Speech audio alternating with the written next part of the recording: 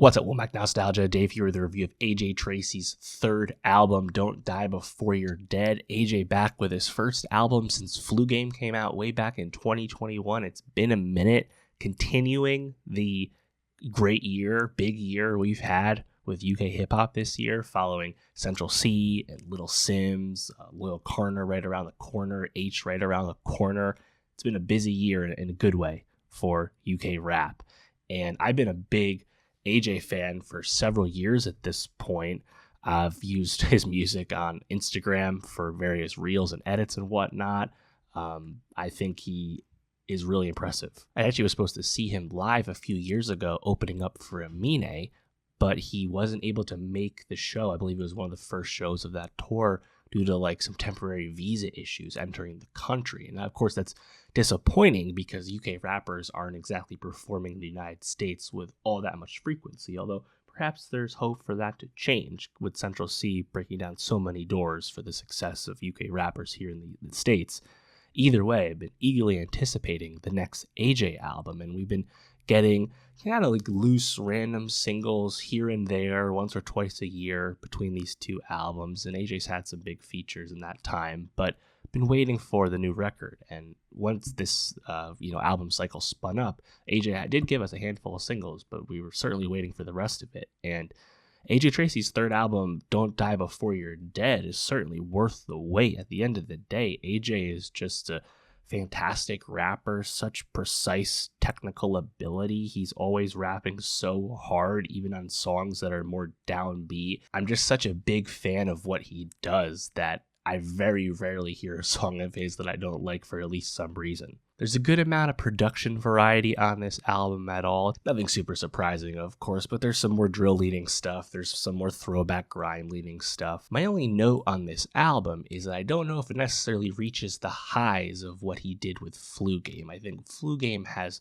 some of the best UK rap songs of the last 10 years on it. AJ really experimenting with more electronic production and garage and whatnot with songs like West 10 and Dinner Guest. I don't know if we necessarily reached those heights once again on this album, but the album is very consistent and most of the songs I really enjoyed. The first song, Out of Sight, the chorus was a vibe I was not expecting. The delivery, kind of like doing this mantra messaging.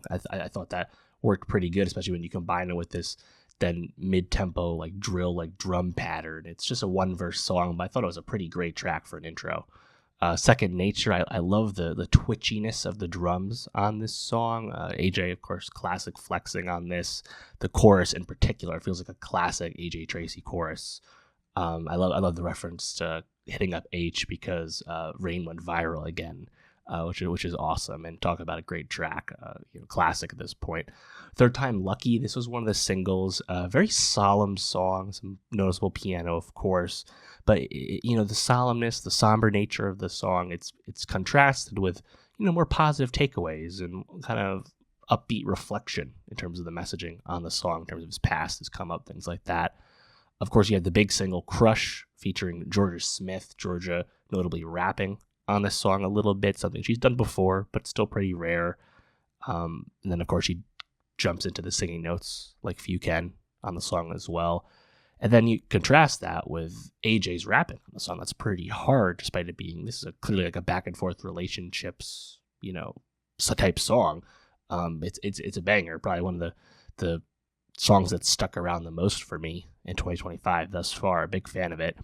Chat Rooms, that one has a very snappy beat. I think the verses are solid. AJ's very light on his feet with those, but I thought the beat was just okay. It didn't necessarily grab me too much. Talking Stage with Nems, I thought was pretty great. The bass hits hard. The flows from both of them are just very hard. And if you thought Talking Stage was hard, wait till you hear Prem Proven, which to me is probably my favorite song here. Definitely the hardest. Just even harder is, and when AJ raps hard, when he gets going, he's just so aggressive. The flow is just so tight and in your face. It's great. Jeff Hardy, another highlight for me. Feels like you're going garage for a second, but then that bass drops in. Another hard song. The flow, I think it's a bit faster of a flow than what he usually operates in. Paid in Full, this song immediately stood out to me, another one of the singles, because it has the White Town You're a Woman sample, which famously was sampled by Dua Lipa on Love Again recently, so it's pretty recognizable. Shout out Dua, fella British person on an AJ album. I love, I didn't even catch who it was. This is a big posse cut. Kind of reminds me of Dave's In the Fire. But one of the features on it, he had an awesome bar about MP5s into MP4s, and then he had a Naruto Obito reference as well. Great track. Westlife. This one is probably my least favorite song on the whole album. AJ's still energetic. He's super energetic the whole album. I mean, he always brings it, but the beat, I think it's just pretty middling here. It's just kind of a mismatch between this beat with AJ's style. I just didn't think it really worked. That being said, I did like the lyrics, needed the TLC, but she left I. Our destiny never had a child in. Some fun wordplay from AJ. Yoga Bonito, solid. I think Friday Prayer, one of the singles featuring Heady One and H. You know, when I see this song, like I see who's on it, and this is a song that I'd want this to sound like Ain't It Different, you know, which is to me an iconic AJ Tracey feature where he out-raps Heady One and out-raps Stormzy, you know, being the least famous of everyone on the track, you know.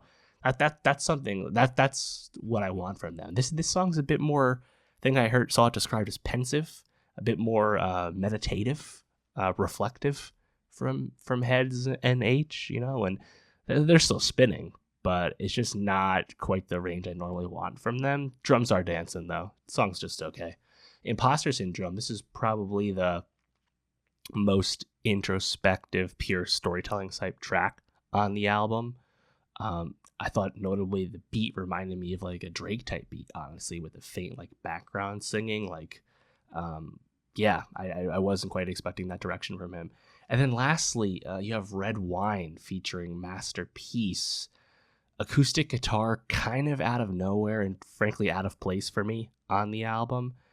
And the Masterpiece vocals, I don't know, it was like a mix of like King Cruel and Trippie Redd or something. I just felt kind of out of place to me. Didn't really love the track.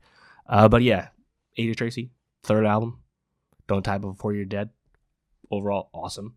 AJ is just such a talent, and I hope he keeps getting bigger because I'm a massive fan.